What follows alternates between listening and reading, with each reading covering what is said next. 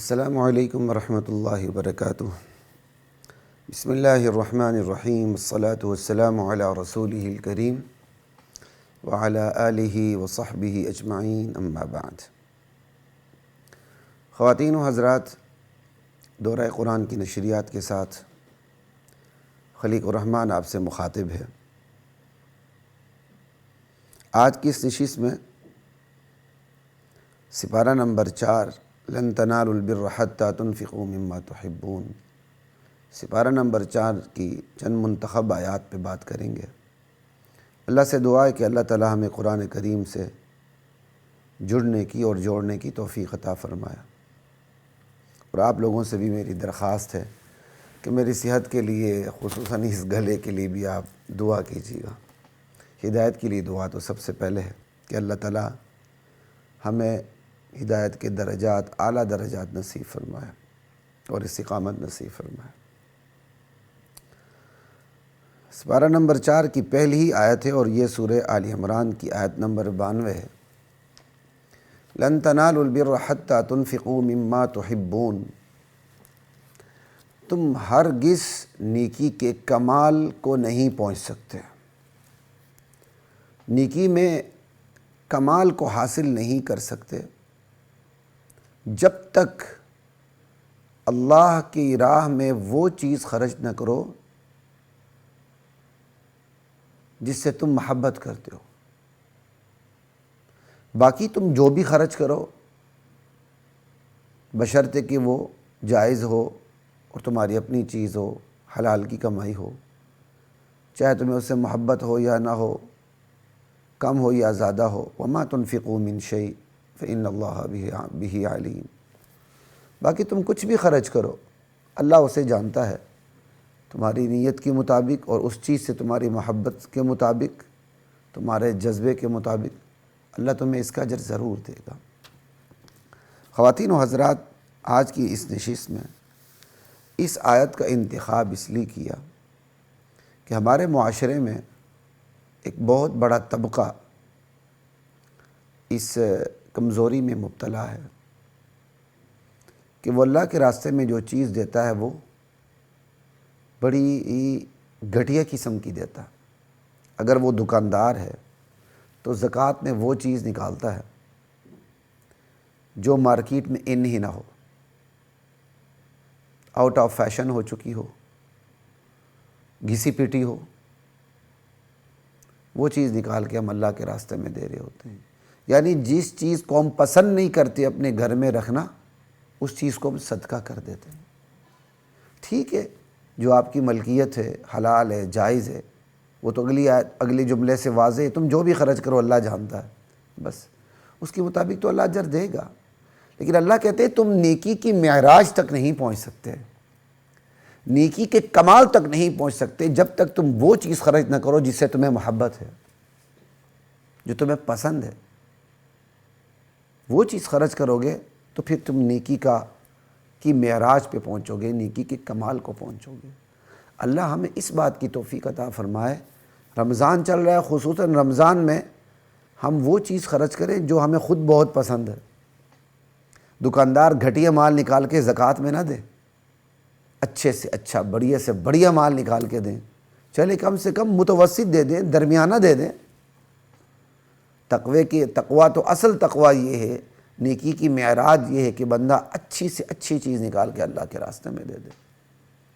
ہمارے ہاں تو ایک بہت بڑا طبقہ پرانے کپڑوں کو بھی سنبھال کے رکھتا ہے، اور وہ دوسری تیسری نسل تک وہ پینٹیں اور وہ شلواریں اور وہ قمیضیں جا رہی ہوتی ہیں، دادا کی پوتا پہن رہا ہوتا ہے، اور ٹھیک ہے ضرورت ہے، ایک الگ بات ہے، اس کا انکار نہیں ہے، لیکن ضرورت نہیں ہے، لیکن کنجوسی، بخل، دادا کی چیز سنبھال کے رکھی، باپ کی چیز سنبھال کے رکھی، اور بیٹا پیدا ہونے کے بعد اسے پہنتا ہے اس عمر میں پہنچ کے، اس قد پہ پہنچ کے، جبکہ یہ توفیق بھی ہے کہ ہم اللہ کے راستے میں دے دیں، ہم نہیں دیتے۔ یہ بہت بڑی کمزوری ہے ہمارے معاشرے کی کہ ہم پسندیدہ چیز اللہ کے راستے میں دینے کے لیے تیار نہیں ہوتے، اور جبکہ اللہ کا حکم ہے کہ میری راہ میں پسندیدہ چیز خرچ کرو۔ ایک تو یہ بات ہو گئی، اور دوسری چیز، بھائی پسندیدہ چیز میں کیا کیا شامل ہے؟ بھائی سب کچھ شامل ہے، سب سے زیادہ محبت انسان کو کس چیز سے ہوتی ہے؟ اپنی جان سے ہوتی ہے۔ جان کو اللہ کے راستے میں لگا دینا، خرچ کرنا۔ اگر اس کو میں اچھی طرح سم اپ کر کے بات کروں، جو اللہ تعالیٰ نے میرے دل میں القاء کیا، وہ یہ کہ مقاصد شریعہ کو سامنے رکھیں تو مما تحبون پسندیدہ چیز کی سمجھ آ جاتی ہے۔ مقاصد شریعہ کیا ہیں؟ جان کا تحفظ، مال کا تحفظ، عزت و آبرو کا تحفظ، نسل کا تحفظ، عقل کا تحفظ۔ اگر ہم انہی 5 چیزوں کو لے لیں تو یہ اللہ کے راستے میں لگا دیں، یہ اللہ کے راستے میں خرچ کریں۔ ہماری جان، ہمارا پسینہ، ہمارا خون، ہماری محنت، ہماری جد و جہد اللہ کے لیے ہو۔ کتنی بڑی بات ہے۔ بہت افسوس ہوتا ہے، لوگ نماز کے لیے جا رہے ہوتے ہیں اور بہت بڑی تعداد بازاروں میں چیزیں بیچ رہی ہوتی ہے، نماز روزہ سب معاف، کوئی پتہ نہیں ہوتا۔ اللہ ہمیں سنبھلنے کی توفیق دے۔ جو عبادات کرتے ہیں ان کو اترانا نہیں چاہیے، شکر کرنا چاہیے، لیکن اپنے ان بہن بھائیوں کے حق میں دعا بھی کرنی چاہیے کہ جانے کا ٹائم ہے مسجد میں، عبادات کا وقت ہے گھر میں، وہ لوگ بازاروں میں گھسے ہوئے ہیں، ٹکے ٹکے کا مال بیچ رہے ہیں، وہ بھی نمازوں کے اوقات میں، تراویح کے اوقات میں، سب معاف ہو جاتا ہے۔ انا للہ و انا الیہ راجعون۔ تو جان اللہ کے راستے میں لگا ہے۔ یہ جان صرف دینا اللہ کے راستے میں نہیں، جان کو کھپانا بھی یہ اللہ کے راستے میں کھپانا۔ ہاں جان چلی جائے اس سے تو بڑی معراج نہیں ہے، اللہ تعالیٰ طویل زندگی دے، جب موت آئے تو اللہ شہادت کی موت نصیب فرمائے۔ یقین کریں میں کوئی بڑی بات نہیں کر رہا، لیکن میں اپنا طبی خوف آپ کے سامنے رکھ رہا ہوں کہ مجھے بستر پر جان دیتے ہوئے، مطلب جب مجھے یہ چیز آتی ہے کہ بستر پر تڑپتے ہوئے جان دوں تو مجھے خوف آتا ہے۔ تو میں ابھی بھی اللہ سے دعا کرتا ہوں، یا اللہ تڑپتے ہوئے جان نہ لینا میری، کہ میں تڑپ رہا ہوں تو میری جان لے لینا۔ یا اللہ جب اس دنیا سے میری زندگی کے خاتمے کا وقت ہو جائے تو بڑی میٹھی، بڑی سکون والی، بڑی اچھی شہادت کی موت دے۔ میں تو مذاق میں تو نہیں کہتا، لیکن ہنس کے ضرور بات کرتا ہوں، ساتھیوں سے کہتا بھی ہوں کہ یار میری یہ دعا ہے، میں کہتا ہوں اللہ مجھے شہادت کی موت دے، لیکن میری ایک اور ساتھ دعا بھی ہے، جو مجھے شہید کرے میں اپنے شہید ہونے سے پہلے اسے قتل کروں۔ یہ بھی میری اللہ سے بہت بڑی ایک التجا ہے کہ میں شہید ہونا چاہتا ہوں، لیکن جو مجھے شہید کرے میں اس کو پہلے مارنا چاہتا ہوں، اسے پہلے قتل کرنا چاہتا ہوں، کہ میں اسے قتل کروں پھر میری شہادت ہو، اس سے پہلے نہیں۔ اور شہادت کی موت تو ہوتی ہی میٹھی ہے، لیکن ڈر لگتا ہے یا اللہ میں تڑپتے ہوئے جان نہ دوں، یا اللہ سکھ والی، راحت والی، خوشبو والی، عزت والی اور ہدایت بن جانے والی شہادت کی زندگی نصیب فرما، شہادت کی موت نصیب فرما۔ اللہ مجھے بھی دے، آپ کو بھی دے۔ ویسے تو شہادت کی دعا اپنے لیے مانگنی چاہیے، لا الہ الا اللہ۔ دوسروں کے لیے شہادت کی دعا ابھی میں کچھ کہہ نہیں سکتا، روزے کا ٹائم ہے، اتنی بات کافی ہے۔ تو جان کھپانا یہ بھی اللہ کے راستے میں خرچ کرنا ہے، جان دینا یہ بھی اللہ کے راستے میں خرچ کرنا ہے، مال دینا اللہ کے راستے میں خرچ کرنا ہے، اور ایک پورے مال کو اللہ کے راستے میں مکمل طور پہ دینا، یا اس مال کو وقف کر دینا کہ اس کی آمدنی جو ہے وہ اللہ کے راستے میں لگتی رہی۔ یہ مختلف طریقے ہیں۔ لا الہ الا اللہ۔ جس طرح ہم اپنی تجارت کے طریقے سوچتے ہیں نا، اللہ کے دین کو سربلند کرنے کے لیے بھی ایسے طریقے سوچیں نا، خدا کی قسم بیڑا پار ہو جائے۔ ہم اپنی آنے والی نسلوں کے لیے دنیا محفوظ کر کے جانا چاہتے ہیں، اور ایسے ایسے طریقے سوچتے ہیں کہ بندے کی عقل دنگ رہ جاتی ہے کہ یار ایسا بھی سوچا جا سکتا ہے، لیکن اللہ کے دین کے لیے کوئی سوچنے کے لیے تیار نہیں ہے۔ جب کوئی مصیبت آئے تو بکرے کی جگہ بکروٹا دے کے اللہ پر احسان ڈال کے پیچھے ہٹ جاتے ہیں، یا تھوڑا تھوڑا کر کے دیتے ہیں، کہیں ڈونیشن دینی ہو، کہ بھائی جس ادارے کو دے رہے ہیں یا جس فرد کے ہاتھوں ڈونیشن جا رہی ہے وہ بھی ذرا ہمارے قابو میں رہے، ہماری مرضی کے خلاف نہ چلے، ٹکا ٹکا تھوڑا تھوڑا کر کے دیتے ہیں۔ یہ ساری چیزیں ہم سمجھتے ہیں۔ اگر آپ اپنی فیلڈ کو سمجھتے ہیں تو الحمدللہ ہم اپنے میدان کو سمجھتے ہیں۔ لا الہ الا اللہ۔ ہم اپنے ساتھ جو ہمارے متوسلین ہیں، ہمارے منسلکین ہیں، ہمارے متعلقین ہیں، ہم ان کے بھی الحمدللہ ایک ایک کے مزاج کو اچھی طرح جانتے ہیں۔ تو اللہ کتنا جانتا ہوگا؟ اللہ کہتا ہے تم جو خرچ کرتے ہو مجھے پتا، کس نیت سے خرچ کرتے۔ تو جان کھپانا، مال کھپا دینا، اپنی عزت و آبرو لگا دینا اللہ کے دین کے لیے۔ آپ معاشرے میں ایک عزت دار آدمی ہیں، آپ کی عزت اللہ کے دین کی سربلندی کے لیے کا ذریعہ بنے، یہ ہے اپنی عزت لگانا۔ آپ معاشرے میں طاقتور ہیں، اختیارات ہیں، نواب ہیں، وڈیرے ہیں، وکیل ہیں، جج ہیں، ڈاکٹر ہیں، صاحب اختیار ہیں، صاحب عدالت ہیں، صاحب انتظامیہ ہیں، آپ کی وہ عزت اللہ کے دین کی سربلندی کا باعث بنے۔ یہ ہے عزت کو اللہ کے راستے میں لگا دینا۔ اللہ مجھے اور آپ کو نصیب فرمائے۔ تو جان، مال، عزت و آبرو، عقل، نسل، میری عقل، میری دانشوری اللہ کے دین کی سربلندی کا باعث ہو۔ میری عقل سب سے پہلے اس علم کو حاصل کرنے کی تمنا کرے جو علم اللہ کے نبی کے سینے اطہر پہ نازل ہوا تھا۔ تو آپ خود دیکھیں آج کتنے لوگ ہیں کہ جن کی اپنی عقل اللہ کے دین کو سمجھنے کے لیے استعمال ہوتی ہے، خرچ ہوتی ہے، جن کی اولاد کی عقل اللہ کے دین کو سمجھنے کے لیے خرچ ہوتی ہے، استعمال ہوتی ہے۔ ذرا سوچیں، نسل کو خرچ کر دینا اللہ کے لیے، یعنی اپنی اولاد کو دین پہ لگا دینا، دین کی سربلندی کے لیے لگا دینا، اور سب سے بڑھ کر وہ علوم جو اللہ نے نبیوں کے سینوں پر نازل کر دیا تھا، ان علوم کے لیے اپنی اولاد کا انتخاب کرنا، یہ ہے اللہ کے راستے میں خرچ کرنا۔ لیکن ایمانداری سے بتائیے، عوام تو عوام، آج علماء کتنے ہیں جن کی اولاد دین کا علم حاصل کرتی ہے؟ وہ لوگ کتنے ہیں جن کی عقل دین کو سمجھنے کے لیے خرچ ہوتی ہے؟ وہ عوام کتنی ہے جن کی نسل وہ علم حاصل کر رہے جو اللہ کے نبی کے سینے اطہر پہ نازل ہوا تھا؟ ہم اللہ کے راستے میں خرچ کر دینے کو ہم نے کتنا محدود کر دیا ہے۔ اللہ کے راستے میں خرچ کرنا پاکستانی روپیہ، بس۔ اللہ کے راستے میں خرچ کرنا، کوئی بیماری آ جائے، بکروٹا، اس کو بکرا کہنا ہی غلط ہے، جس کی کھال میں ہی ہزاروں کیڑے ہوتے ہیں، جسے آپ کھانا پسند نہیں کرتے، وہ آپ مدرسے میں جا کے صدقہ دیتے ہیں، کسی یتیم خانے میں جا کے صدقہ دیتے ہیں، کسی فلاحی ادارے میں جا کے صدقہ دیتے ہیں۔ میرے خیال میں شرم آنی چاہیے۔ جو گوشت آپ خود نہیں کھاتے، وہ اس گوشت والا بکروٹا خرید کے آپ ادارے میں کیوں دیتے ہیں؟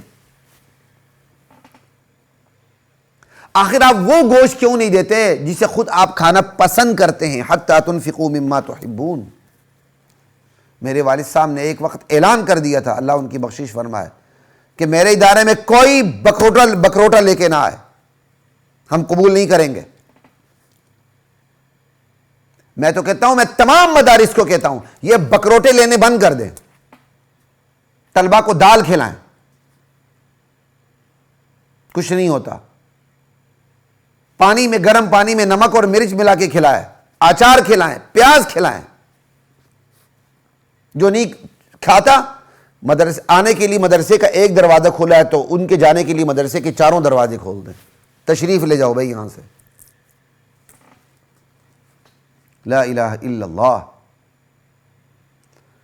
ایک تو ہم نے خرچ کرنے کو اتنا محدود کر دیا ہے، نہ اللہ کے راستے میں جان کھپاتے، نہ اللہ کے راستے میں ہم اپنی عزت کھپاتے، نہ اللہ کے راستے میں اپنی عقل کھپاتے، نہ اللہ کے راستے میں ہم اپنی نسل کو کھپاتے ہیں، صرف تھوڑا سا مال کھپاتے ہیں، وہ مال بھی جو ہمیں خود پسند نہیں ہوتا، بکروٹا۔ کیڑوں والا بکروٹا،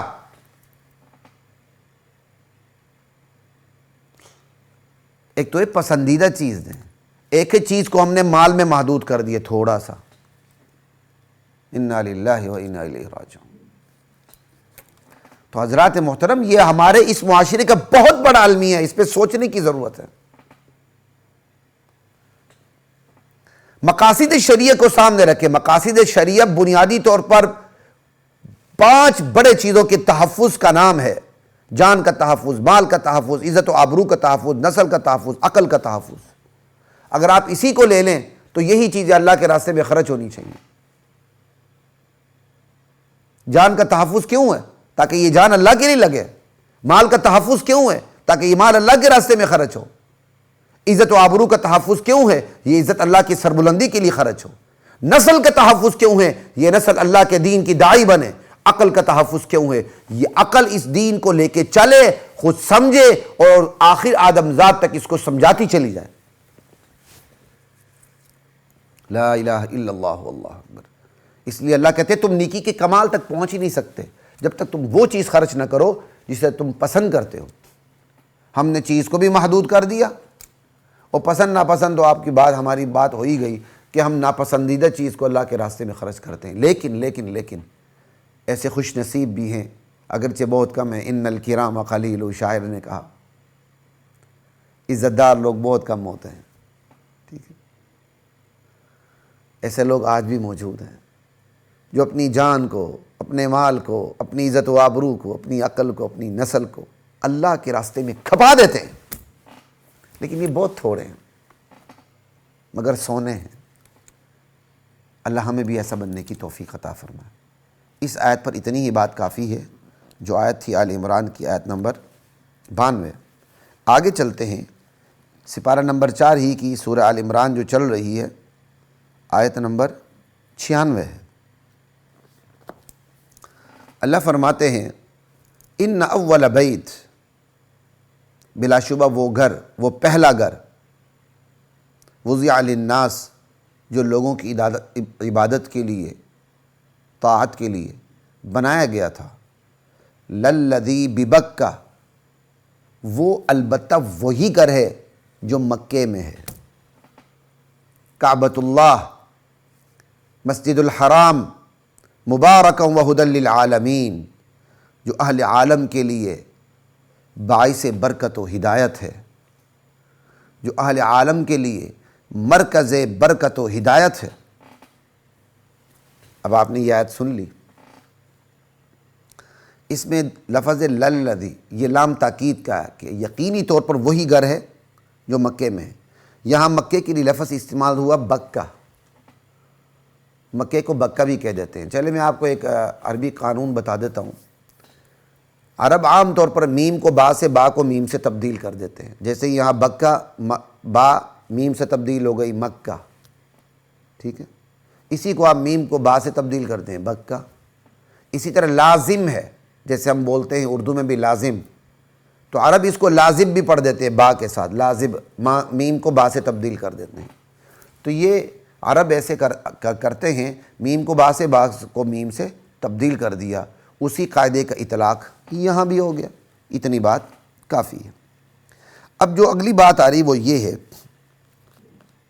کہ بھائی اللہ تعالیٰ یہاں تو یہ فرما رہے ہیں کہ پہلا عبادت خانہ دنیا میں، قدیم ترین اور پہلا جو عبادت خانہ بنا وہ وہی جو مکے میں ہے، مسجد الحرام، خانہ کعبہ، بیت اللہ.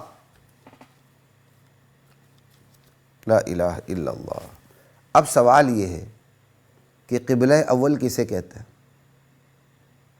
چونکہ بیت المقدس کے لیے ہمارے ہاں جلسے جلوس نکالے جاتے ہیں اور یہ لفظ بھی بڑا عام ہو چکا ہے، قبلہ اول بیت المقدس. تو سوال یہ ہے، قرآن کریم تو قبلہ اول بیت اللہ کو قرار دے رہا ہے، تو آپ کس حساب سے بیت المقدس کو قبلہ اول کہتے ہیں؟ تو تھوڑی سی اس کی وضاحت سن لیں. سوال تو آپ سمجھ گئے، اب تھوڑے سے جواب کی طرف چلتے ہیں. وضاحت یہ ہے، نبی علیہ السلام کی عادت مبارکہ یہ تھی کہ جن امور میں وحی نہیں آتی تھی ان امور میں آپ انبیاء سابقین کی جو تعلیمات بقایا تھی آپ ان کی پیروی کرتے تھے۔ چونکہ سلیمان علیہ السلام سے کے بعد جو انبیاء ہے، سلیمان علیہ السلام سے، کیونکہ سلیمان علیہ السلام نے بیت المقدس تعمیر کیا، ٹھیک ہے جی، ان کے بعد سے لے کر عیسیٰ علیہ السلام تک جو انبیاء آئے ان کا قبلہ بیت المقدس رہا۔ جب نبی علیہ السلام کو نماز کا حکم ملا تو آپ نے مدینے میں کم و بیش 17 ماہ تک بیت المقدس کی طرف رخ کر کے نماز پڑھائی، اور صحابہ نے بھی آپ کی اقتداء میں بیت المقدس کی طرف رخ کر کے نماز پڑھائی کم و بیش 17 ماہ۔ پھر آپ مدینے کی ایک مسجد میں نماز پڑھا رہے تھے جسے آج مسجد ذو قبلتین کہتے ہیں، وہ مسجد جو 2 قبلوں والی۔ آپ بیت المقدس کی طرف منہ کر کے نماز پڑھا رہے تھے تو دوران نماز آپ پہ وحی نازل ہوئی کہ اب آپ نے کیا کہتے ہیں رخ کر رہا ہے بیت اللہ کی طرف۔ دوسرے سپارے کے شروع میں اس کی تفصیل موجود ہے۔ آپ نے دوران نماز ہی بیت المقدس سے رخ بیت اللہ کی طرف کر دیا۔ میں ایسے کر رہا ہوں کیونکہ خیر نہیں، اس طرح نہیں، ہمارے ہاں تو یہ قبلہ ادھر آ رہا۔ پاکستان میں قبلہ تقریباً مغرب کی طرف ہے، ٹھیک ہے جی۔ مدینے میں قبلہ جو ہے وہ جنوب کی طرف ہے، تو آپ نے اس وقت بیت المقدس وہاں شمال کی طرف، مدینے میں بیت المقدس شمال کی طرف ہے اور بیت اللہ جنوب کی طرف ہے، تو دوران نماز ہی آپ نے بیت المقدس سے بیت اللہ کی طرف یعنی شمال سے جنوب کی طرف رخ کر لیا، یا شمال سے جنوب کی طرف یعنی بیت المقدس سے بیت اللہ کی طرف آپ نے نماز میں رخ کر لیا۔ اور وہ مسجد جس میں ایک ہی نماز میں 2 رخ کی طرف دو قبلوں کی طرف رخ کر کے نماز پڑھی گئی اس کو مسجد ذو قبلتین کہتے ہیں، ٹھیک ہے جی۔ اب چونکہ تقریباً 17 ماہ بیت المقدس کی طرف رخ کر کے نماز پڑھی گئی تو اس نسبت سے ہمارے بہت سے لوگ بیت المقدس کو قبلہ اول کہہ دیتے ہیں۔ یعنی اگر ہم اس کو اپنی علمی زبان میں بات کریں، میں علماء طلباء کے لیے بات کر رہا ہوں، یہ نسبت اضافی ہے۔ قبلہ اول کس حوالے سے کہتے ہیں؟ اس حوالے سے کہتے ہیں کہ بیت اللہ کی طرف رخ کر کے نماز پڑھنے سے پہلے آپ نے کم و بیش 17 ماہ بیت المقدس کی طرف رخ کر کے نماز پڑھی، اس لیے بیت المقدس کو قبلہ اول کہتے ہیں۔ یہ نسبت اضافی ہے، نسبت استغراقی نہیں ہے، ٹھیک ہے۔ اب اس لحاظ سے قبلہ اول کہہ دیتے ہیں، ٹھیک ہے۔ اب سوال یہ کہ بیت المقدس کو قبلہ اول کہنا درست ہے یا غلط؟ پہلے میں بھی سمجھتا تھا یار نسبت اضافی ہے، ٹھیک ہے، اس حوالے سے قبلہ اول کہنا غلط نہیں ہے کہ نبی علیہ السلام نے بیت اللہ سے پہلے بیت المقدس کی طرف رخ کر کے نماز پڑھی ہے، تو لہٰذا اس حوالے سے بیت المقدس کو قبلہ اول کہنا غلط نہیں ہے۔ لیکن جب میں نے تھوڑا سا مطالعہ کیا تو مجھ پر یہ بات کھلی کہ اس حوالے سے کہ چونکہ آپ صلی اللہ علیہ وسلم نے بیت المقدس کی طرف کم و بیش 17 ماہ نماز پڑھی تو بعد میں بیت اللہ کی طرف آیا، تو اس حوالے سے یعنی صرف نبی کریم اور صحابہ کرام کے حوالے سے اس کو بھی قبلہ اول کہہ دینا اور بیت اللہ کو قبلہ ثانی کہہ دینا، ٹھیک ہے، یہ درست ہے۔ میں پہلے یہی سمجھتا تھا، لیکن اب میں یہ سمجھتا ہوں جب تھوڑا سا مطالعہ کیا مجھ پر بات کھلی کہ نہیں، ایسا نہیں کرنا چاہیے۔ اس کے باوجود بیت المقدس کو قبلہ اول کا نام نہیں دینا چاہیے، کیونکہ اصطلاحات اپنا بڑا اثر رکھتی ہیں، بہت زیادہ اثر رکھتی ہیں، اس پر بات کی بھی گنجائش نہیں ہے۔ آپ اسی صرف جمہوریت کو لے لیں، یہ کیسی خطرناک اصطلاح ہے جس میں علماء بھی مبتلا ہو چکے ہیں۔ میں یہ نہیں کہہ رہا ہوں علماء جمہوریت میں حصہ نہ لیں، لیکن وہ جمہوریت کی اصطلاح کتنی خطرناک ہو چکی ہے۔ خیر یہ بھی اب اس مختصر نشست میں کیا بات کروں۔ تو میرے خیال میں بیت المقدس کو قبلہ اول کہنا اگرچہ اس نسبت سے تو جائز ہے کہ 17 ماہ آپ نے پہلے بیت المقدس کی طرف نماز پڑھی پھر بیت اللہ کی طرف، لیکن اوور آل اس کو قبلہ اول کہنا درست نہیں ہے، مناسب نہیں ہے۔ وجہ، پہلی وجہ یہ کہ قرآن کریم نے قبلہ اول بیت اللہ کو کہا ہے۔ کہ آدم علیہ السلام نے قبلہ اول تعمیر کیا تھا، ابراہیم علیہ السلام نے انہی بنیادوں پر اپنے بیٹے اسماعیل علیہ السلام کے ساتھ مل کر خانہ کعبہ کی تعمیر کی تھی۔ تو قرآن کریم کی واضح آیت قبلہ اول قرار دیتی بیت اللہ کو، تو آپ ایک خاص نسبت سے کہ 17 ماہ چونکہ حضور نے بیت اللہ کی طرف، بیت المقدس کی طرف نماز پڑھی، بعد میں بیت اللہ کی طرف پڑھی، تو آپ بیت المقدس کو قبلہ اول کہہ دیتے ہیں، یہ بات مناسب نہیں لگتی۔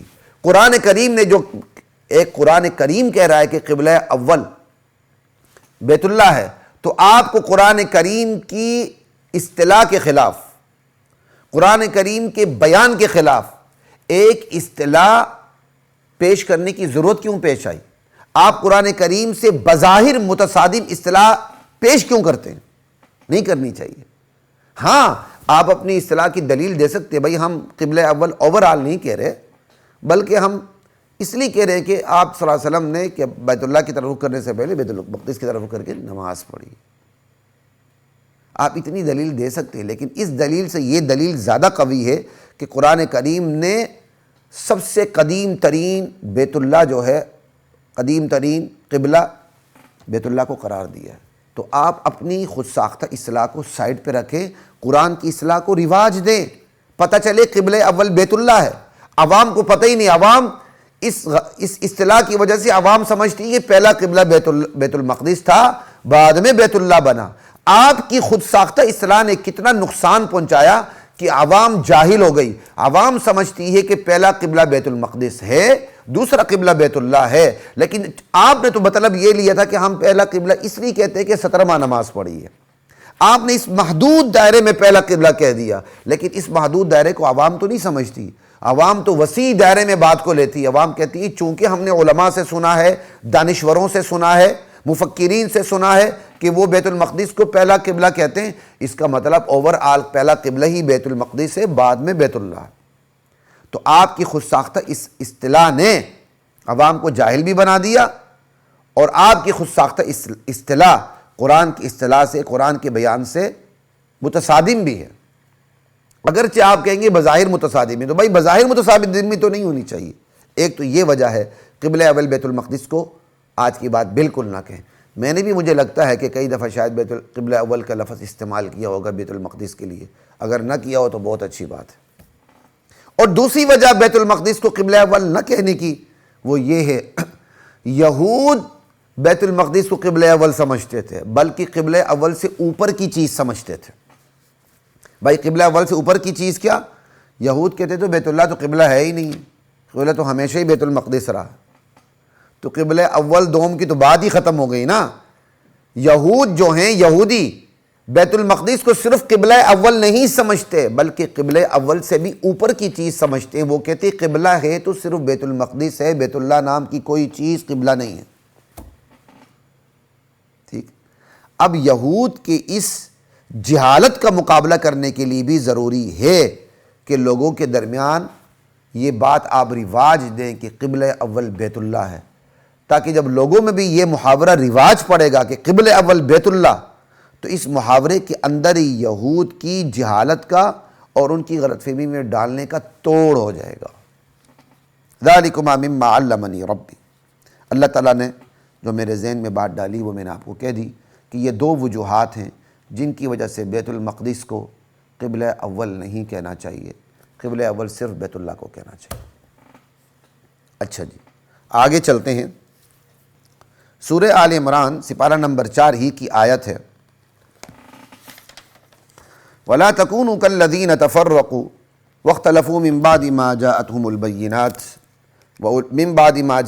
الْبَيِّنَاتُ وَأُولَٰئِكَ لَهُمْ عَذَابٌ عَظِيمٌ۔ یہ آیت نمبر 105 ہے، سورہ آل عمران کی سپارہ نمبر 4 چل رہا ہے۔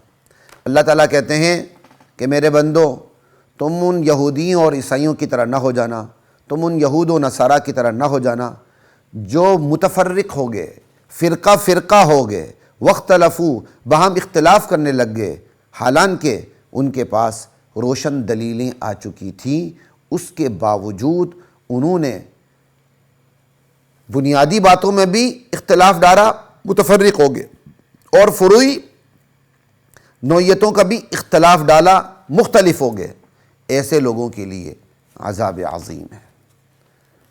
خواتین و حضرات، اس آیت کو سمجھنے کی ضرورت ہے۔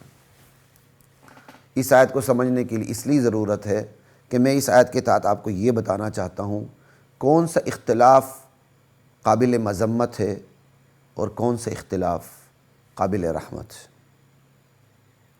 اس حوالے سے بات کرنی ضروری ہے کیونکہ آیت صاف بتا رہی ہے جو فرقہ ہو گئے، اصول میں متفرق ہو گئے اور غیر بنیادی باتوں میں مختلف ہو گئے، حالانکہ ان کے پاس بینات آ چکی تھیں، ان کے لیے عذاب عظیم ہے۔ اور آپ سمجھتے بھی ہیں کہ صحابہ کے درمیان بھی اختلاف رائے موجود رہا ہے، اسی طرح فقہاء کے درمیان اختلاف رائے موجود ہے۔ یہی اختلاف رائے آج امت مسلمہ میں بھی موجود ہیں۔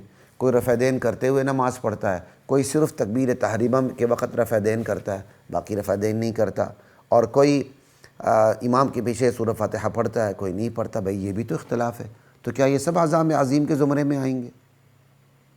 اسی طرح بہت سے لوگ کیا کہتے ہیں شریعت کے اصول میں فرقہ ہو جاتے ہیں، بہت سے لوگ صحابہ کو چھوڑ کے الگ ہو جاتے ہیں، ان کے بارے میں کیا حکم ہے؟ انتہائی اختصار کے ساتھ 3-4 منٹ کے اندر میں اس آیت کو آپ کو سمجھا دیتا ہوں۔ لا الہ الا اللہ۔ فرقے میں نہیں پڑھنا، فرقہ نہیں ہونا، نبی علیہ السلام کی حدیث ہے، بنی اسرائیل میں 72 فرقے ہوئے تھے، میری امت میں 73 ہوں گے، ایک فرقہ ناجیہ ہوگا جو نجات پائے گا اور جنت میں جائے گا۔ صحابہ پریشان ہو گئے، یا رسول اللہ وہ کون سا فرقہ ہوگا جو جنت میں جائے گا؟ آپ نے کسی خاص فرقے کا نام نہیں لیا، وہ دیوبندی ہوگا، وہ اہل حدیث ہوگا، یا وہ بریلوی ہوگا۔ یہ تو میں بر صغیر پاک و ہند کے حوالے سے بات کر رہا ہوں نا، وغیرہ آپ پاکستان سے باہر چلے جائیں پتہ نہیں کون کون سے نام ہوں گے، کہیں صرف یہی نام ہوں گے، کوئی حنفی ہوگا، کوئی شافعی ہوگا، کوئی مالکی ہوگا، ٹھیک ہے نا؟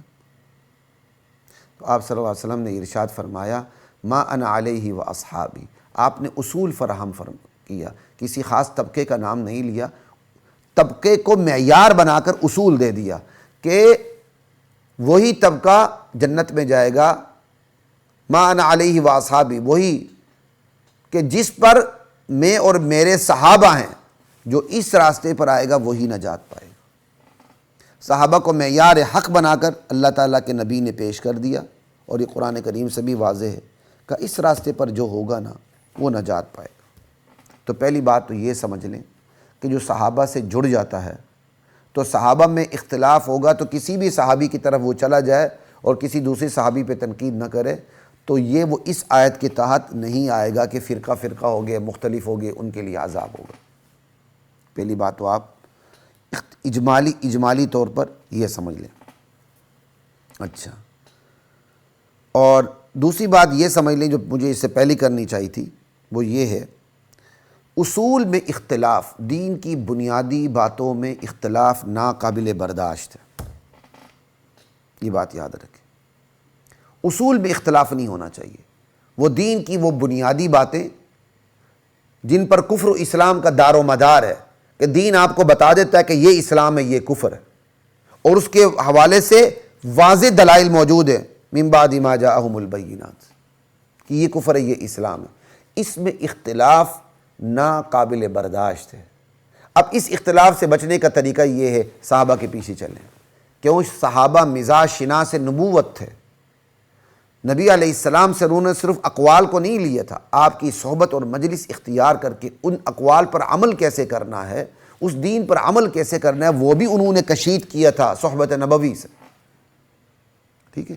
اصول میں اختلاف ناقابل برداشت ہے، اصول میں اختلاف، توحید میں اختلاف ناقابل برداشت ہے۔ اللہ حاضر ناظر ہے، اللہ کے علاوہ کسی کو حاضر ناظر سمجھنا شرک ہے۔ اللہ دل کے بھید کو جانتا ہے، اللہ کے علاوہ کسی کے بارے میں یہ سمجھنا کہ وہ میرے دل کو بھید کو جانتا ہے، یہ شرک ہے۔ اللہ کے پاس تمام اختیارات ہیں، اللہ کے علاوہ کسی کے بارے میں یہ سمجھنا کہ اس کے پاس خدائی اختیارات ہیں، یہ شرک ہے، ٹھیک ہے؟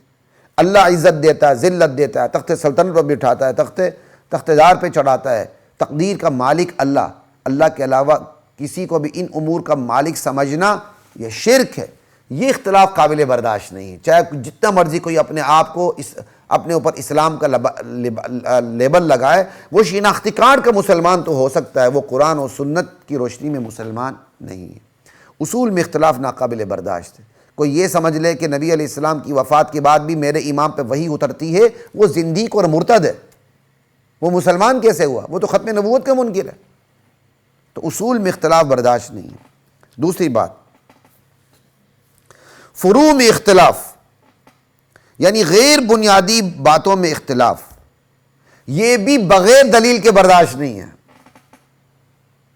آج اللہ تعالیٰ نے دل میں بات ڈالی تو میں اس کو بھی ذرا کھول کے بیان کر رہا ہوں۔ میں پہلے آپ کے سامنے رکھتا تھا اصول میں اختلاف ناقابل برداشت ہے، فروع میں اختلاف قابل برداشت ہے۔ وہاں مراد یہ ہوتی تھی کہ فروع میں اختلاف دلیل کی بنیاد پر، لیکن آج ہم ایک ایسے دور سے گزر رہے ہیں جس میں ایسے نام نہاد سکالرز پیدا ہو گئے ہیں جو دین کی جو فروعی مسائل ہیں، یعنی جن پر کفر و اسلام کا دار و مدار نہیں، ان میں اختلاف کرتے ہیں، بغیر دلیل کے کرتے ہیں۔ تو فروعی مسائل میں اختلاف اگر بغیر دلیل کے ہے تو وہ بھی قابل مذمت ہے، وہ بھی اسی آیت کا مصداق بنے گا، فرقہ فرقہ کرنے اور مختلف کرنے۔ لا الہ الا اللہ۔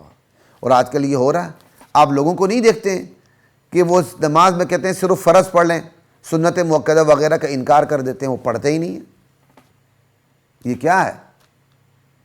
یہ ہے دین کی فروعی مسائل میں اختلاف بنا دلیل۔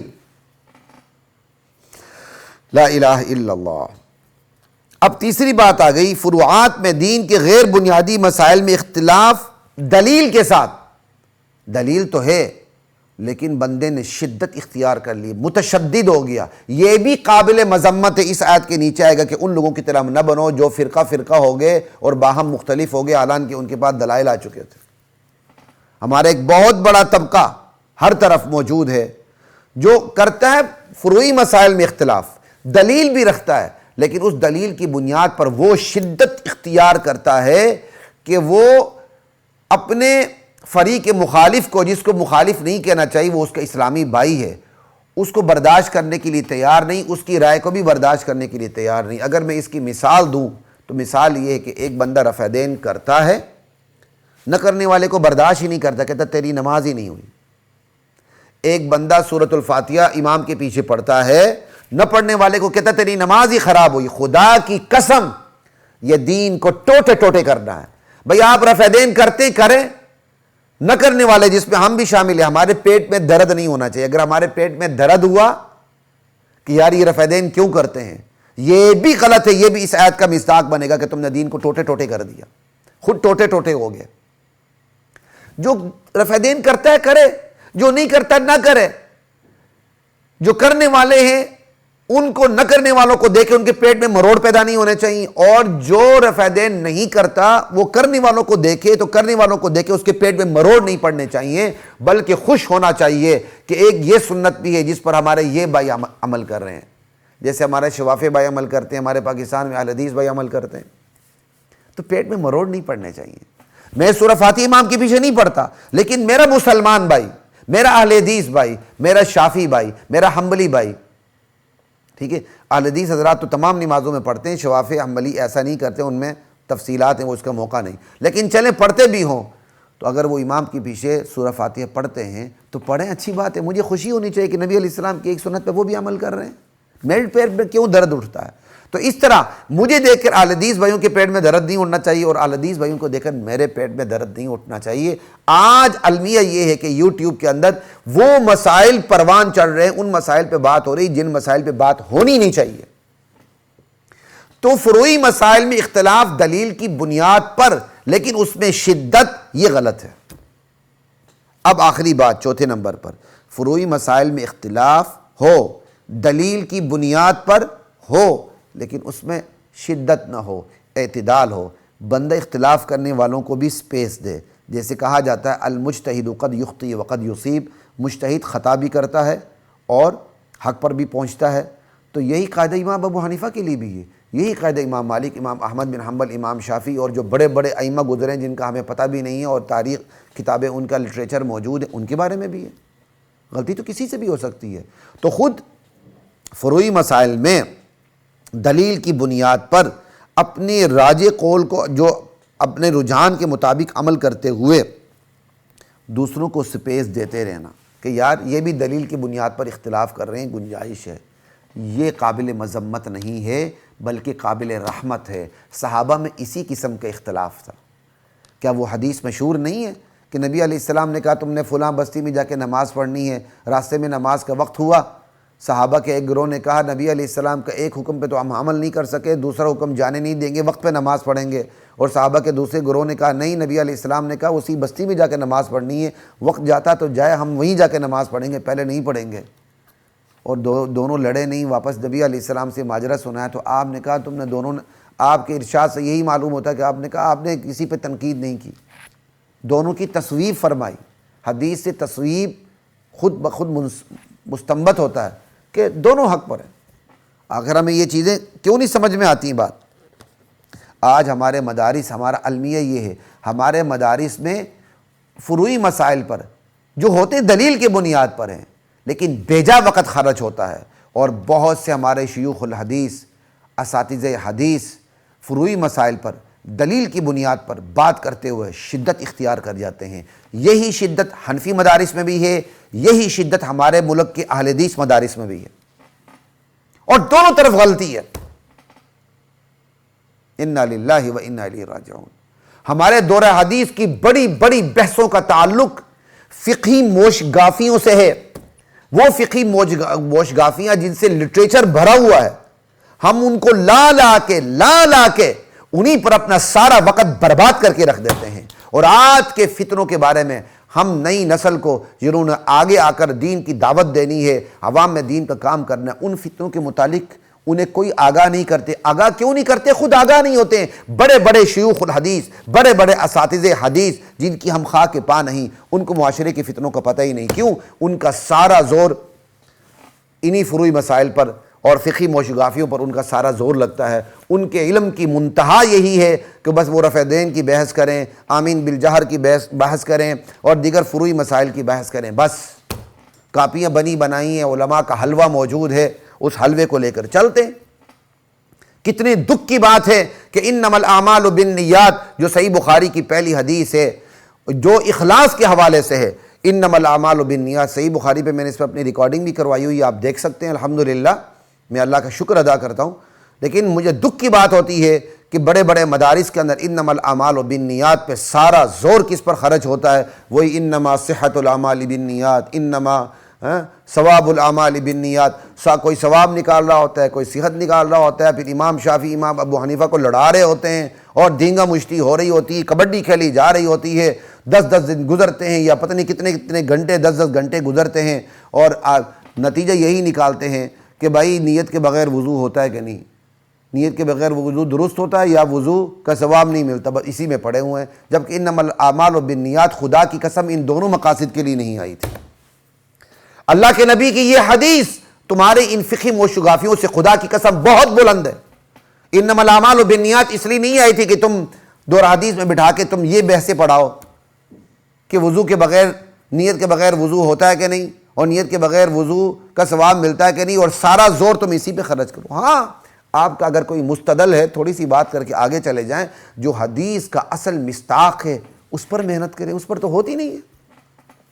لا الہ الا اللہ واللہ اکبر۔ تو آیت پہ اتنی ہی بات کافی ہے۔ ہمارے احسان بھی بار بار ٹائم دیکھ رہا ہے، تو احسان ایک آیت اور بھی کر لیں کہ نہیں؟ ہاں کر لیں؟ اچھا جی، تو چلیں جی، احسان نے اجازت دے دی، ایک اور آیت کرتے ہیں، آل عمران کی آیت نمبر، چلیں میں اس کا پہلے خلاصہ پھر بیان کر دوں ایک آدھ منٹ میں۔ یہ جو میں نے آیت پڑھی اس میں یہ ہے کہ اصول میں اختلاف برداشت نہیں۔ ایک، فروعی مسائل میں اختلاف بغیر دلیل کے اور پورے طے شدہ مسائل سے ہٹ کے اپنی خواہ مخواہ دلیل قائم کرنا اور نئے نئے فرقے پیدا کرنا، یہ بھی غلط۔ فروعی مسائل میں اختلاف دلیل کی بنیاد پر ہو لیکن اس میں شدت ہو، یہ بھی غلط۔ فروعی مسائل میں اختلاف ہو، دلیل کی بنیاد پر ہو لیکن اس میں شدت نہ ہو، آپ فریق مخالف کو بھی سپیس دے دیں، اعتدار میں رہیں۔ نہ یہ صرف غلط نہیں ہے بلکہ یہ باعث رحمت ہے۔ باعث رحمت کی میں آپ کو چھوٹی سی مثال دے دوں کہ آپ کسی ایک ایسے جزیرے میں چلے جائیں جہاں بندوں کی خوراک سمندری جانوروں کے علاوہ کچھ بھی نہیں، اگر امام ابو حنیفہ کا مسلک چلا دیا جائے کہ وہ صرف مچھلی کھائیں گے، کیونکہ امام ابو حنیفہ کے ہاں سمندری جانوروں میں صرف مچھلی حلال ہے، کچھ اور حلال نہیں ہے، تو وہ بیچارے کیسے جئیں گے؟ وہاں امام مالک امام شافعی کا فتویٰ لے لیا جائے گا، انہیں کہہ دیا جائے گا بھائی بس سمندر میں سے جو کچھ نکلتا ہے کھاتے چلے جاؤ، تمہارے لیے حلال ہے۔ تو اس اختلاف نے فائدہ دیا کہ نہیں؟ بہت دیا۔ اسی طرح آپ بینکنگ کے مسائل کے اندر آ جائیں، آج واضح طور پر حلال اور حرام کے مسائل پیدا ہو چکے ہیں، اور حلال و حرام کے مسائل میں سودی مسائل کے اندر ہم کیا کہتے ہیں، اپنی عوام کو سپیس دینے کے لیے تیار ہی نہیں کہ امام مالک کا قول لے لیں، ابن شبرمہ، مجھے نام بھی یاد نہیں آ رہا، بڑے بڑے فقہا گزرے ہیں جن کا ہمیں نام بھی یاد نہیں آتا، ہم لٹریچر میں پڑھتے ہیں، امام مالک کے، شافعی کے، حنابلہ کے، دیگر اقوال کو لے لیں اور کیا کہتے ہیں بینکنگ کے مسائل میں وسعت پیدا کریں، ہم سے نہیں ہوتا۔ جب میں نے بینکنگ کے مسائل یونیورسٹی میں ایم فل کے سطح پر پڑھانا شروع کیے تو میں آپ کو چھوٹی سی بات کر دوں کہ حضرت تقی عثمانی صاحب جو میرے براہ راست استاد تو نہیں رہے، لیکن میں ان کو براہ راست استاد سے کم درجہ نہیں دیتا، کیونکہ میں نے ان کی کتب سے بہت استفادہ کیا، الحمدللہ بہت استفادہ کیا، اور میری خواہش بھی ہے کہ میں ان سے میری ملاقات اور میں ان کو یہ بات بتاؤں بھی صحیح۔ تو بینکنگ میں نے ان کی کتابوں کو پڑھا، اور ایک اور ہمارے لاہور کے بڑے مفتی صاحب تھے، ڈاکٹر مفتی عبدالواحد صاحب، فوت ہو چکے ہیں، اللہ غری کے رحمت کریں۔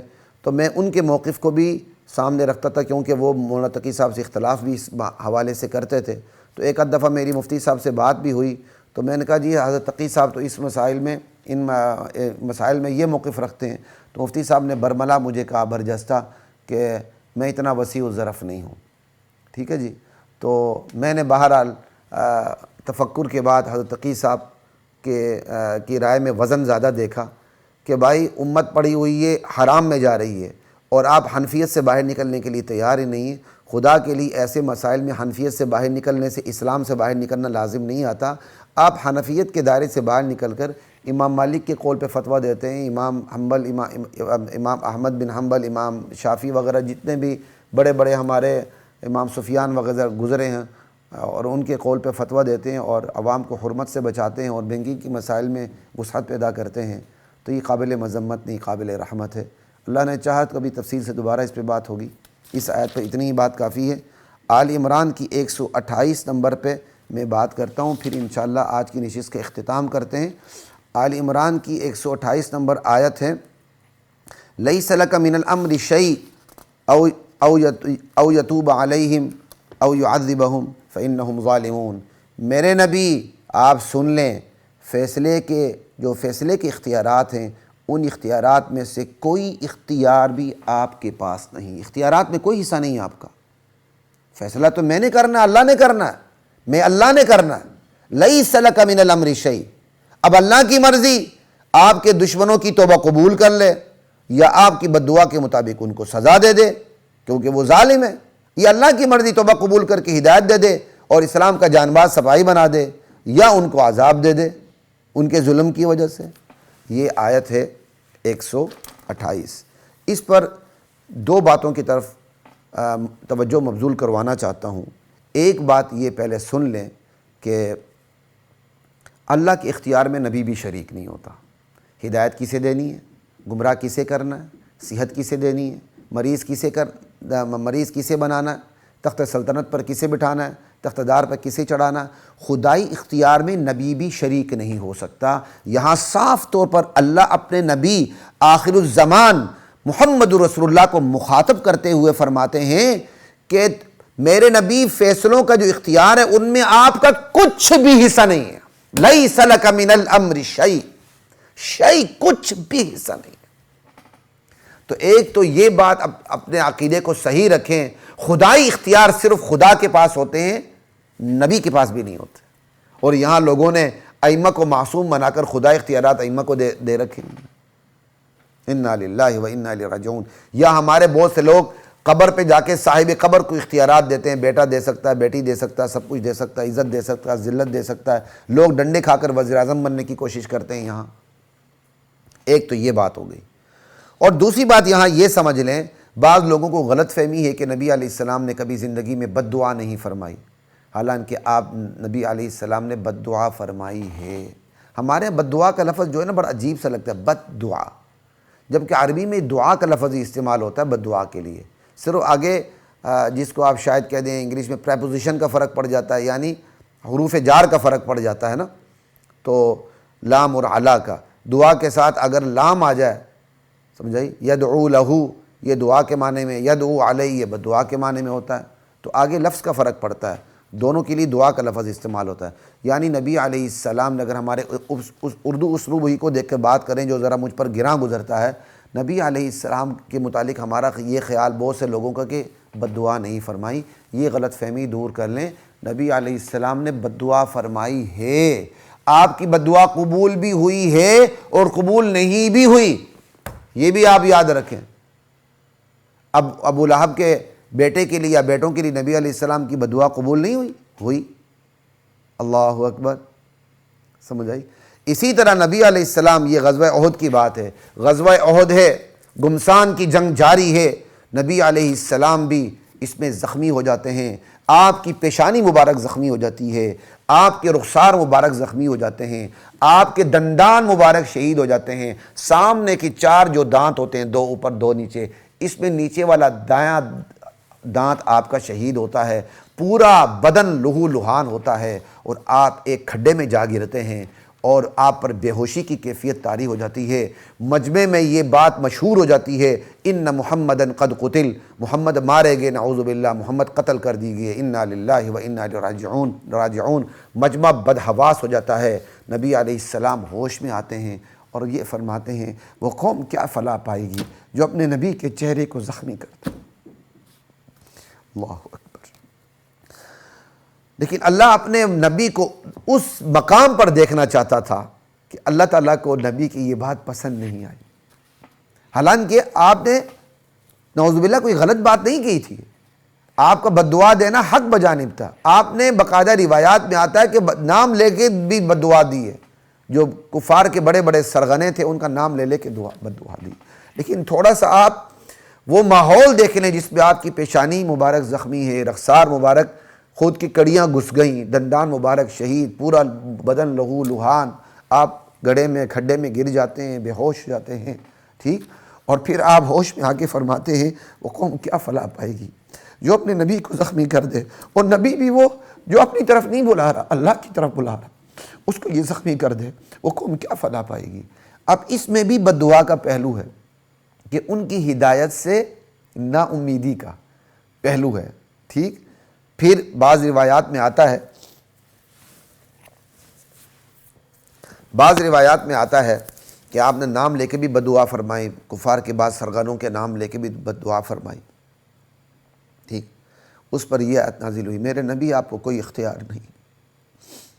آپ ذرا تخیل کو زور دے کے غزوہ احد کے اندر تو پہنچے، ذرا آپ اپنے تخیل کو ذرا قوت دیں اور یہ تخیل پیدا کریں اپنے دل دماغ میں کہ مدینے کا ماحول ہے، مسلمان بے وسائل ہیں، قسم پرسی کا شکار ہیں، اور اتنے بڑے دشمن سے غزوہ احد برپا ہے، مسلمان اتنی بڑی قربانی دے رہے ہیں کہ نبی کا پورا بدن لہو لہان ہے، بے ہوش ہو جاتے ہیں، ہوش میں آتے ہیں، بد دعا فرماتے ہیں، اور وہ بد دعا بھی حق بجانب ہے، اس کے باوجود اللہ کیا فرماتے ہیں، میرے نبی بد دعا دینے کا آپ کو کوئی حق نہیں اس وقت۔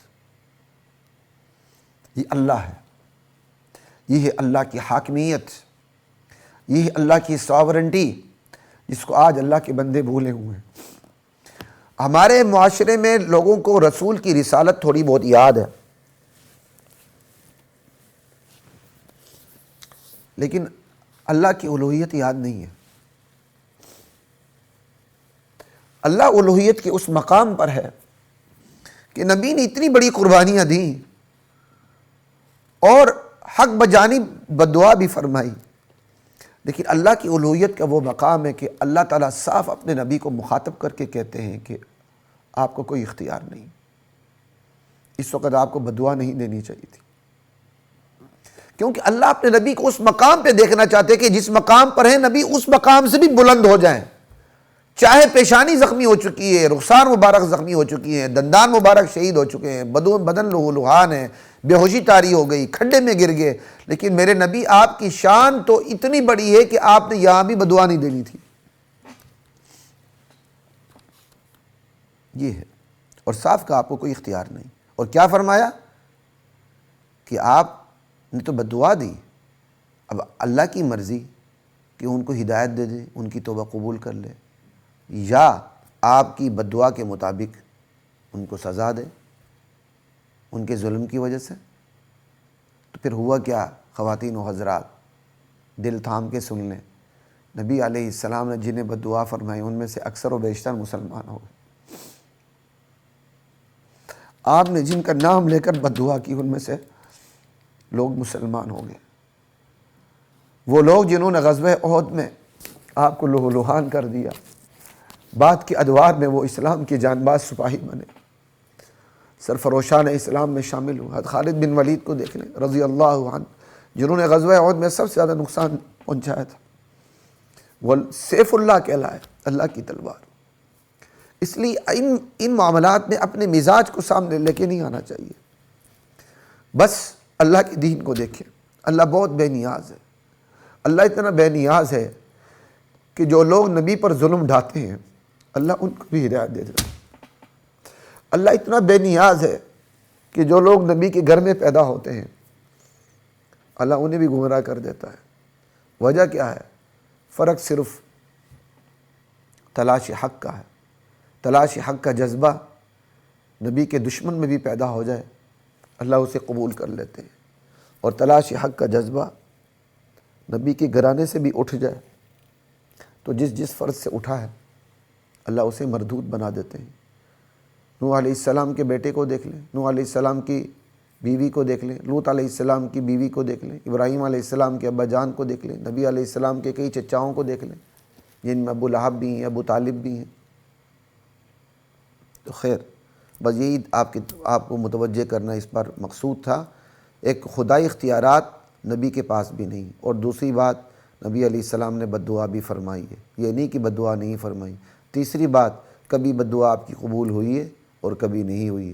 چوتھی بات کہ حیرت کی بات ہے، غزوہ احد میں جن کا نام لے لے کر آپ نے بددعا کی اللہ تعالیٰ نے ان کو اسلام کی دولت سے مالا مال کر دیا۔ یہ ہے خدا کی بے نیازی، یہ ہے خدا کی ساورنٹی، یہ ہے خدا کا اختیار۔ ما قدر اللہ حق قدری، لوگوں نے اللہ کی قدر کا وہ حق ادا نہیں کیا جو قدر کرنی چاہیے تھی اللہ کی، لوگوں نے وہ قدر نہیں کی۔ اللہ ہمیں اللہ کی حاکمیت، الوہیت، اس کی ساورنٹی کو سمجھنے اور آگے سمجھانے کی توفیق عطا فرمائے۔ السلام علیکم ورحمۃ اللہ وبرکاتہ۔ وَلَقَدْ أَنزَلْنَا